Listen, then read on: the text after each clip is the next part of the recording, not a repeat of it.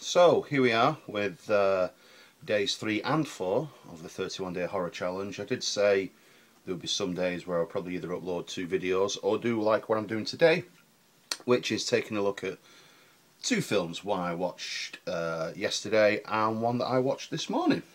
So the one that I watched yesterday, these are both films that I have seen before, but not for a long time. The first one, so the day 3 horror challenge, was a British horror film of the mid-90s called Lifeforce. Well, I say British, it was filmed in Britain. It's actually directed by Toby Hooper and produced by the legend that is Cannon. But it's a largely English cast, British cast, must be PC, including Frank Finlay, Bolton's own, whee, and Mr. Patrick Stewart, showing that he looks pretty much the same age in 1985 as he does now. And it's a film I remember. I haven't seen this film for a very long time. I'm talking about my early to mid-teens.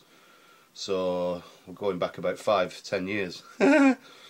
No, we're going back like 25 years since I've seen this film. I think, in fact, yeah, I was at secondary school when I saw this film.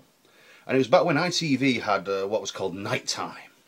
It was the first terrestrial, well, of any kind, I think, in this country, 24-hour TV. And it actually had some really cool stuff at night. Once you got beyond midnight, you would have WCW wrestling. There would be episodes of The Twilight Zone, the Friday the 13th series, Freddy's Nightmares. They would have science fiction films like Blade Runner, Android, and Lifeforce. And I wouldn't say I taped it by mistake. I taped the wrestling, and all I was going to bother with was the wrestling. But the tape carried on, and then here was this mad, crazy, alien vampire film. And it is cheesy, but it's a lot of fun. It really is. It isn't just like a brainless science fiction throwaway which, you know, lures the people in with the promise of nudity. It's a good little film. It's kind of hammy, it's kind of cheesy. But the basic premise is these 3 humanoids have been discovered, all totally naked. 2 guys, 1 girl. And they get brought up on a ship. Now, all things go wrong on this ship. And the vampires come to Earth. And basically then a lot of crazy shit happens. They lure people in with their seductiveness, and then they suck the life force, title drop, out of that person in order to survive. They are kind of like, they're a bit shit that way. It's quite kind of a shit Achilles heel to have, because they have to do this quite frequently. You know, there doesn't seem to be any room for rest. But yeah, and the basic premise is to stop them taking over the world. And it's fun. It's fun. Even though the lead female, Matilda May, is for 90% of the film in the buff, it never seems gratuitous. It's not like the camera lingers on her private parts or anything like that. It's still enjoyable. Yeah, of course the effects look cheesy. Most effects from the 80s look dated now. I don't care. I grew up with it. If I ever had kids, I say I probably won't. Don't really want them. But if I ever had kids, the first films I'd want to show them, you know, when they're starting to take any kind of interest in that, is stuff like, you know, the old Sinbad films or Jason and the Argonauts. Anything with that stop-start animation. So they can have an appreciation for it. I mean, if they don't enjoy it, they don't enjoy it. You know, I can't force people to enjoy that stuff. But I do think with the invention of CG, it's probably, I mean, I don't know, I'm not a child analyst or anything, but I don't know, parents of the world, can you tell me, has it done anything negative to your children's imagination? Drop your answers on a stamped addressed envelope. No, don't. So, yeah, Lifeforce, I recommend, if you've not seen it, it's fun. It is a fun little film, so I do recommend that. So part 2, which I watched earlier today, started watching it yesterday but was sidetracked, but watched it earlier today. It's another film that I have seen before, but again I haven't seen it in a very long time. I'd seen the remake more recently, and as with 98% of remakes, it sucked. But this is actually a remake of itself.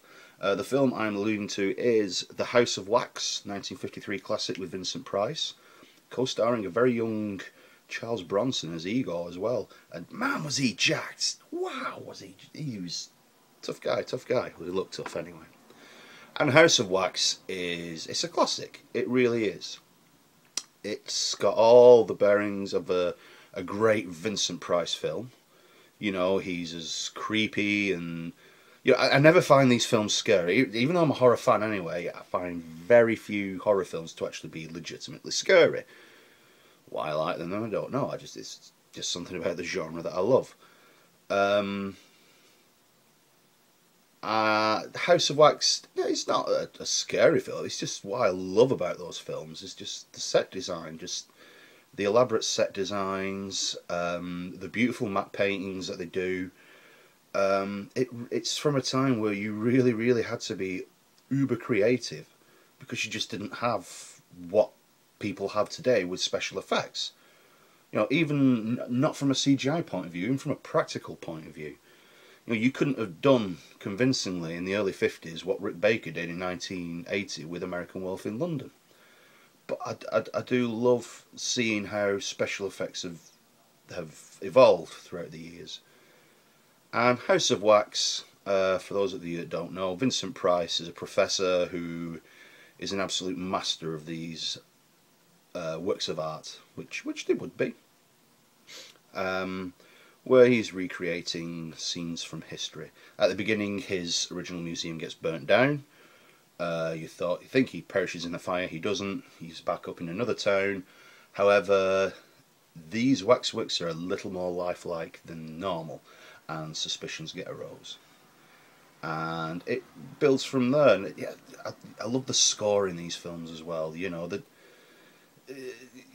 very same with films. You know, House of Haunted Hill. You know, the very dramatic, dun dun dun style stuff.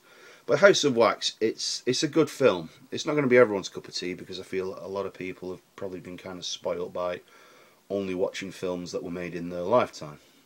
That's something I never got, that. Don't people, when they ask, you know, I'll be humming an Eric Clapton song or a Cream song, and it's like, oh, that's before your time, that. How do you know that? It's like, well, probably because I'm not beyond listening or watching things that were made before 1978. That's why. If I did, then wow, my viewing pleasure would be massively reduced, and my listening pleasure be at about 10% is what it is now, thanks to stuff that was done before I was born. But yeah, if you're not into old films, then you're probably not going to be into that. But yeah, if you are a horror fan and somehow haven't seen it, and particularly if you've only seen the awful remake that was done in, I think it was 2005. The only positive of that film is that it has Paris Hilton getting a drain pipe shoved down a gob. So, art imitating life. See? Yeah, so Life Force yesterday on day 3. Day 4 was House of Wax. I will be back tomorrow. What I will be watching, I'll be honest, I'm not sure. I've got a bunch of DVDs, some of which I've not seen. I'm looking through Netflix and Amazon. I'm basically looking for films that I haven't seen before or haven't seen in a very long time. So tomorrow's film on day 5, I haven't a clue, but I'm sure I'll have fun reviewing it. Thank you, you lovely people, and sayonara.